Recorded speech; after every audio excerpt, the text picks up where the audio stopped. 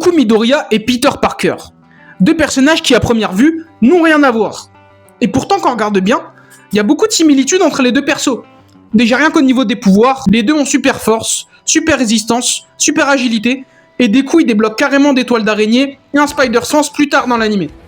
Mais même si on va plus loin, au niveau des origines, de leur caractère, de leurs insécurités, de leurs doutes, on voit que Deku et Peter Parker se ressemblent énormément. Et je dirais même que Deku est un digne héritier de Spider-Man, et qu'il incarne mieux Spider-Man que le Spider-Man du MCU, le Spider-Holland.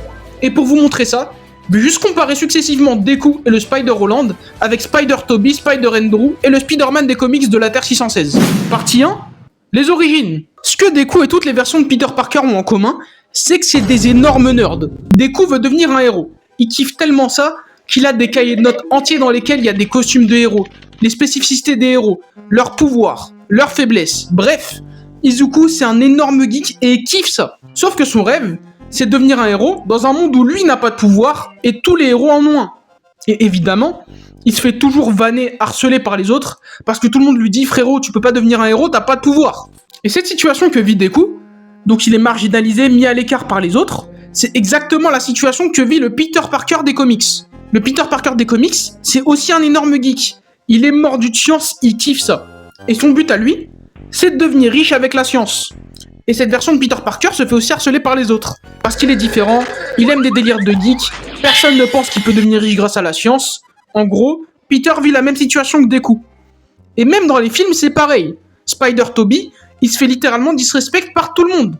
Et son but à lui, c'est de gérer MJ. Et encore une fois, personne ne pense que c'est possible au début du film. Parce que Peter, sur l'échelle sociale, il se rapproche plus du gros nerd puant que du beau gosse qui fait des compétitions en high school. Et pour ce qui est du Spider-Andrew, c'est pareil. Son but à lui, c'est de découvrir la vérité sur la mort de ses parents. Et là, même sa famille le dissuade de le faire. Et évidemment, il y a la classique « je suis un geek et je me fais harceler à l'école ». Donc là, on voit bien que Deku, comme toutes ces versions de Peter, ont à peu près les mêmes histoires. Sauf que Deku, c'est un geek qui veut devenir un héros, et Peter, c'est un geek de science qui veut devenir scientifique. Et là, ce qui est intéressant, c'est la façon dont ils obtiennent leur pouvoir. Quand All Might vient voir Deku et lui dit « tu peux devenir un héros », c'est la libération pour Izuku. Le gars, il s'est fait harceler depuis des années, sa propre mère ne peut pas lui dire qu'il va devenir un héros, et là, t'as All Might, son idole, le héros numéro 1 du Japon, qui le regarde droit dans les yeux et qui lui dit « tu peux devenir un héros et tu vas devenir un héros ». Pour Izuku, toute la frustration qu'il a accumulée au cours de toutes ces années disparaît juste avec cette phrase. Et cette euphorie et cette joie que ressentent Deku à l'arrivée d'All Might, c'est exactement ce que ressentent les différentes versions de Peter quand ils obtiennent leur pouvoir. Pour ce qui est du Peter des comics, quand on obtient ses pouvoirs et qu'il se rend compte qu'il passe de gros geek faible à un surhomme capable de grimper au mur, le gars s'en sert évidemment pour flex et pour impressionner les gens. Raison pour laquelle il fait son combat de catch. Pour Spider-Toby, c'est pareil. Dès que le mec obtient ses pouvoirs et qu'il comprend comment ils fonctionnent, il s'en sert direct pour essayer d'impressionner MJ en achetant une voiture. Et pour Spider-Andrew, c'est aussi le cas. Le gars va voir Flash Thompson, le mec qu'il a harcelé pendant des années, il le 1v1 au basket et lui lâche un poster, c'est Prime Shaq le bail. On voit donc à l'obtention de leur pouvoir, Deku comme toutes les versions de Spider-Man sont euphoriques, ils ont une nouvelle opportunité, une nouvelle vie s'offre à eux. Mais malheureusement pour eux, la réalité va vite les rattraper. Pour les Spider-Man, vous connaissez l'histoire, c'est la mort de l'oncle Ben. Une mort qui aurait pu être évitée dans les 3 cas, parce que Peter avait le pouvoir de l'empêcher. Et cette mort, elle va profondément traumatiser Peter. À un tel point qu'il décide de combattre le crime pour donner du sens à la mort de l'oncle Ben. Parce que si Peter ne combat pas le crime alors qu'il a le pouvoir d'empêcher des gens de se faire tuer, la mort de l'oncle Ben ne servirait à rien. Et c'est pour ça qu'il est devenu Spider-Man. Et si on parle de responsabilité, Deku c'est un énorme client. Quand All Might il bat All for One pour la seconde fois, il tend la main à la caméra et il dit « Le prochain c'est toi ». Un move extrêmement stylé, mais qui en plus transmet un message direct à Deku. Il lui dit « J'ai fini mon taf, maintenant c'est à ton tour frérot ».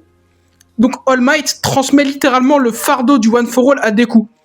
Et je dis que c'est un fardeau parce que c'est une tâche immense. Deku doit succéder à All Might, le héros numéro 1 du Japon, qui a littéralement anéanti la criminalité à la seule force de ses poings. Et non seulement il doit se montrer digne de cet héritage, mais il doit aussi se montrer digne de l'héritage du One for All. Un pouvoir qui a été créé pour vaincre All for One, un vilain que même All Might n'a pas réussi à vaincre. Donc non seulement Deku doit se montrer digne de l'héritage d'All Might, mais il doit même le surpasser, vu qu'il doit vaincre All for One définitivement. Et justement, Deku commence à prendre conscience de ce fardeau. Et je vous rappelle qu'à ce stade de l'histoire, Deku il est plutôt faible. Il est moins fort que Shoto et Bakugo, et il peut à peine utiliser son pouvoir à 5%, sinon il se pète les os de son corps. Donc Deku, qui voit les autres évoluer super vite et l'énorme fardeau qu'il a sur les épaules, il commence à douter de sa légitimité. Est-ce que je suis le digne héritier d'All Might? C'est une question que Naita il lui pose explicitement dans la saison 4. Et Deku, il fait la seule chose qu'il y a à faire, avancer et continuer à se donner à fond. Et ça nous amène sur ma partie préférée de la vidéo, l'âme de Spider-Man. Ce qui fait que Deku, le Spider-Toby ou le Spider-Andrew incarnent vraiment l'âme de Spider-Man, c'est leur cœur. Et là tu vas me dire d'aller me faire avec mes conneries. Mais réfléchis-y sérieusement. Là, je vais vous montrer 3 scènes. Essayez de trouver le point commun. Scène 1, la scène du train dans Spider-Man 2. Spider-Toby se bat contre le Docteur Octopus. Le Docteur Octopus fait dérailler un train avec des centaines de passagers à l'intérieur. Et Peter fait tout pour sauver le train. Il se rate une fois, il se rate 2 fois. Mais au bout d'efforts répétés et acharnés, il parvient, contre toute attente, à arrêter le train avec ses passagers sans aucune victime. Scène 2. Dans The Amazing Spider-Man, le lézard fout le bordel sur le Brooklyn Bridge et cause des dégâts collatéraux, dont une voiture qui a ça tombé dans le vide alors qu'il y a un enfant à l'intérieur. Et à ce moment-là, Spider-Andrew fait tout pour sauver le gosse. Spider-Andrew ne peut pas rentrer dans la voiture parce que sinon il y aurait trop de poids dedans et la voiture tomberait dans le vide avec lui et le gamin dedans. Sauf que l'enfant qui s'appelle Jack, il est terrifié. Et ce que Peter fait pour le rassurer, il se démasque, il tend le masque à Jack et lui dit « Mets le masque, tu seras plus courageux avec ». L'enfant met le masque, il parvient à bouger dans la voiture et finalement, Spider-Andrew le sauve. Scène 3. Dans la saison 3 de My Hero Academia, un super vilain du nom de Muscular croise Kota, un garçon dont il a en plus tué les parents. Et au moment où Muscular vient faire la triplette, Deku sauve Kota. Sauf que Deku, il est inférieur à Muscular en termes de puissance, de vitesse et de mental. À ce moment-là, il est persuadé qu'il va mourir parce qu'il a juste aucune chance contre Muscular. À un tel point qu'il s'excuse carrément à sa daronne et à All Might. Au moment où il est sur le point de crever, il voit Kota une dernière fois et là il y a une force nouvelle qui transcende son corps.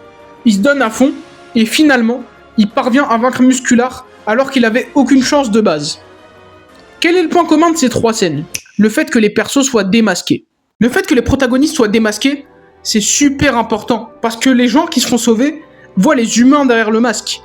Des humains qui sont paniqués, qui frôlent la mort et qui font des efforts insensés pour sauver des gens qu'ils ne connaissent même pas. Et même s'ils paraissent faibles et misérables dans ces moments-là, c'est là qu'on voit leur véritable force.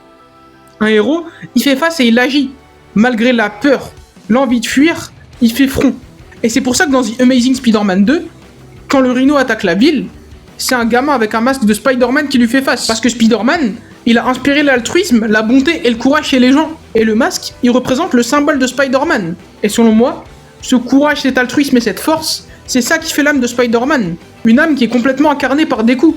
Tous les persos sont inspirés et motivés à son contact. Que ce soit la classe 1A, que ce soit All Might, Kota ou même Eri. Deku, comme toutes les versions de Spider-Man, montre que le courage, c'est pas de ne pas avoir peur. C'est de se battre malgré la peur. Mais malgré la peur incroyable que je viens de lâcher, une question te taraude l'esprit. Pourquoi Deku incarne mieux l'âme de Spider-Man que le Spider-Holland? Eh bien, laisse-moi tout expliquer. Le Spider-Holland, contrairement aux autres versions de Spider-Man, on ne sait pas comment il a obtenu ses pouvoirs et on ne connaît pas ses origines. Et si on va plus loin, le Spider-Holland, avant la fin de No Way Home, il n'a jamais été seul. Là où Spider-Toby et Spider-Andrew ont évolué dans la misère, la galère, la solitude, Spider-Holland a toujours été aidé par Tony Stark, Nick Fury, Happy ou le Docteur Strange. Homecoming, c'est pas une histoire dans laquelle Peter devient Spider-Man, c'est une histoire dans laquelle il essaye de prouver à Tony Stark qu'il mérite le titre de héros. Spider-Holland, c'est un perso qui a les pouvoirs, mais qui n'a pas encore les responsabilités. Il veut kiffer sa vie, partir en voyage scolaire, s'amuser avec ses potes, draguer MJ. Spider-Toby, même s'il voulait sortir avec MJ, il refuse, parce qu'il sait que si son identité est découverte, MJ serait la première en danger. Et pareil pour Spider-Andrew. Il essaye de s'éloigner de Gwen à la mort de son père, il n'y arrive pas, et voilà. Spider-Toby et Spider-Andrew ont plusieurs fois essayé d'arrêter d'être Spider-Man, parce que c'est un rôle trop ingrat, ils en pouvaient plus. Sauf qu'à chaque fois, ils reviennent, parce qu'ils savent qu'ils ont une responsabilité envers les autres. Et tout ça, le Spider-Holland, il capte qu'à la fin de No Way Home. Quand il se rend compte que ses décisions ont conduit à la mort de May et ont failli détruire tout le multivers, il réalise que les autres Peter savaient déjà qu'être Spider-Man, c'est accepter la douleur, la solitude et le regret. Et c'est à partir de là qui devient réellement Spider-Man. Plus de gadgets Stark, plus d'argent, un appart miteux, un costume de la Hesse, bref, il devient réellement Spider-Man, le Spider-Man des comics. Sauf que cette version du Spider-Holland, on l'a pas encore vue. Et c'est pour ça que je dis que Deku, à l'heure actuelle, incarne mieux Spider-Man que le Spider-Holland. Deku comme le Spider-Holland sont les deux faces inversées d'une même pièce. L'un commence avec rien, il a pas de chance, il a pas de pouvoir, il a pas de mentor. Et une fois qu'il a tout ça, il comprend le sens des responsabilités, de la douleur et du sacrifice. Et l'autre, le Spider-Holland, il a le chemin opposé. Lui, il a les gadgets, le mentor, la reconnaissance, sauf qu'il n'a pas encore vécu la douleur et la solitude. Et c'est une fois qu'il traverse tout ça qu'il devient réellement Spider-Man. Au final, les parcours de Deku et du Spider-Holland se rejoignent sur un point.